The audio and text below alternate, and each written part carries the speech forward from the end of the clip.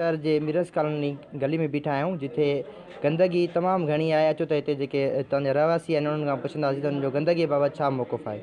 Town committee जी office तोड़े SDM जी office जे अॻियां गोॾे एॾो गंदो पाणी बीठो आहे।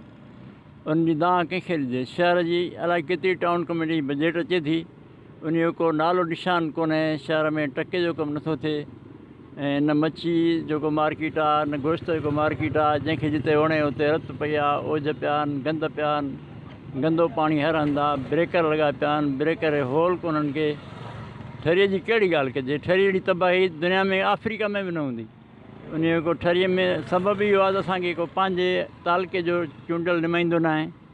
MP ॿाहिरियां, MLA ॿाहिरियां, सेनेटर ॿाहिरियां, मिनिस्टर ॿाहिरियां, या तालके या सदर बि असांजे ॿाहिरियां। पीपल्स पार्टी जो हुजे, तोड़े मुस्लिम लीग जो हुजे, सदर पार्टी जा ॿाहिरियां आहिनि। त पोइ पर घोर केरु रहे मीरवा तालके जे माण्हुनि जी? मीरवा वारनि खे खपे सुजागी कनि इन MPs MLA तालके सदर में जान छॾाइनि।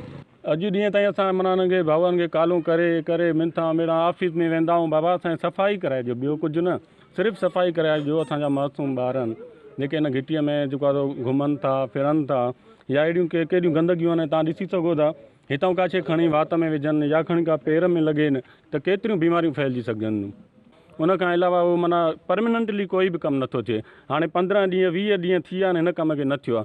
वरी जॾहिं को आवाज़ु उथंदो या हीअ असांजी कैमरा जेका आहे हिते ॾिसे थी, इहा जॾहिं रिपोर्ट ईंदी तॾहिं को फ़ौरन कमु करे वेंदा। पर हिते को बि मज़ो न आहे इन सफ़ाई में। इन सफ़ाई मां केतिरी बीमारियूं थी सघनि थियूं। जीअं अॼुकल्ह ॾिसो था टाइफाइड आम थी वई आहे, टाइफाइड आम थी वई आहे, डायरिया आहे उहा आम थी वई आहे इन गंद किचिरे जे करे। हेपाटाइटिस B C आम थी वई आहे इन गंद किचिरे जे करे। वाइट कलर भंगी जेके हिन ते भर्ती थियल आहिनि हिन पूरी टाउन कमेटीअ में। पुछा कयूं था 450 मुलाज़िम, पर सफ़ाई करण वारो हिकु बि कोन्हे को।